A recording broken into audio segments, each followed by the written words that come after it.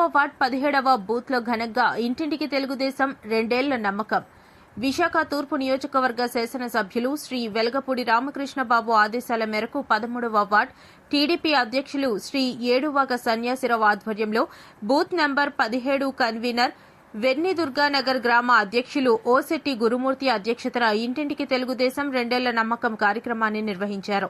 ఈ సందర్భంగా టీడీపీ నాయకులు, కార్యకర్తలు ప్రతి ఇంటికి వెళ్లి కూటమి ప్రభుత్వం 2 ఏళ్ల పాలనలో చేపట్టిన అభివృద్ది కార్యక్రమాలు, అమలు చేస్తున్న సంక్షేమ పథకాల గురించి ప్రజలకు వివరించారు.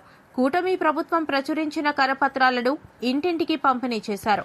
అదేవిధంగా ప్రజల నుంచి స్థానిక సమస్యలను నేరుగా తెలుసుకుని వాటిని ఫోటోలతో సహా మై టీడీపీ యాప్లో నమోదు చేశారు. ప్రజలు ఎదుర్కొంటున్న సమస్యలను సంబంధిత అధికారుల దృష్టికి తీసుకువెళ్లి పరిష్కరించేందుకు కృషి చేస్తామని నాయకులు తెలిపారు.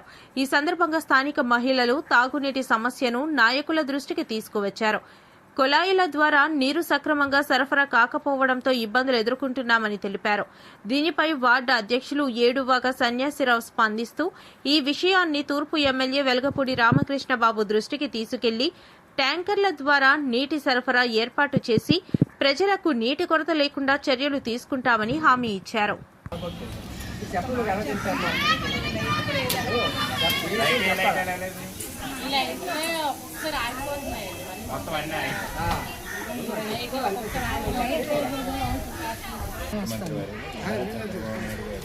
అలాగే మన యువ నాయకులు నారా లోకేష్ గారి ఆదేశాల మేరకు మన తూర్పు నియోజకవర్గం శాసనసభ్యులైనటువంటి వెలగపూడి రామకృష్ణబాబు గారి అధ్యక్షతన మన వార్డులో డోర్ టు డోర్ ప్రతి ఇంటికి వెళ్ళి మనం 2 ఏళ్ల కాలంలో ఏం చేసాము, ఇంకా ఏం చేయబోతున్నాం, అలాగే ప్రజల నుంచి ఏమైనా ఇబ్బందులు ఉంటే అవి తెలుసుకొని చెప్పటం కోసం, అలాగే రేపు వచ్చే స్థానిక సంస్థలు ఈ యొక్క కార్యక్రమాన్ని డోర్ టు డోర్ కార్యక్రమాన్ని ప్రారంభించాము. ఇందులో ఈ 2 ఏళ్ల కాలంలో మన ఆంధ్రప్రదేశ్లో కూటమి ప్రభుత్వం వచ్చేట ఏ కంపెనీలు ఎంతమందికి ఉపాధి అవకాశాలు కల్పించారు, అలాగే ఉత్తరాంధ్రకి ప్రత్యేకించి ఏం చేశారు, సంక్షేమ పథకాలు ఏమి ఇచ్చారనేది ఈ పాంప్లెట్ రూపంలో తయారు చేసి చెప్పడం జరిగింది. దీన్ని ఒకసారి మళ్ళీ వందనం అందరికీ బాగానే ఉంది కదా.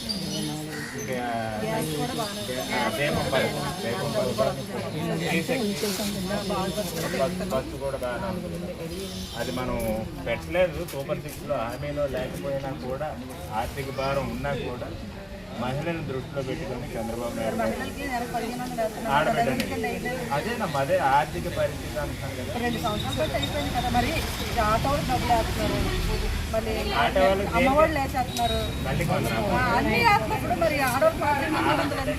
అదేనమ్మా, మీ మహిళలను దృష్టిలో పెట్టుకొని ఈ 360 పథకం పెట్టారు కాబట్టి దానివల్ల ఒక నిమిషం తల్లి, దానివల్ల ఉపాధి అవకాశాలు కోల్పోయారు కాబట్టి ఆటో వాళ్ళ సేవలు అని చెప్పేసి వాళ్ళకి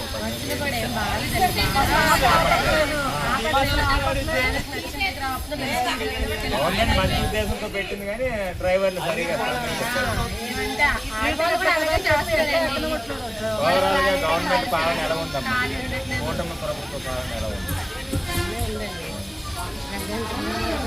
బాగుండాలని ఇదే గవర్నమెంట్ వచ్చినట్టయితే మనకి పోలవరం అయిపోయింది అనుకోండి, నీటి ట్యాపికే వాటర్ వచ్చేట్టు ఏర్పాటు చేస్తున్నారు. ఆల్రెడీ పాయిగ్రావుపేట వరకు రావడం జరిగింది. వాటర్ సమస్య ఏదైతే ఉందో అది మాత్రం లేదని ఉంది.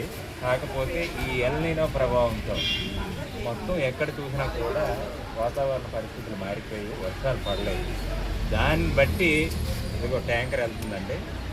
ప్రతి ఏరియాకి వార్డు ప్రెసిడెంట్గా నేను ఉన్నంతకాలం నాకు వచ్చిన ఫోన్లు బట్టి ప్రతి ఏరియాకి వాటర్ ట్యాంకులు పంపించి ప్రజల అవసరాలు తీర్చడం జరుగుతుంది.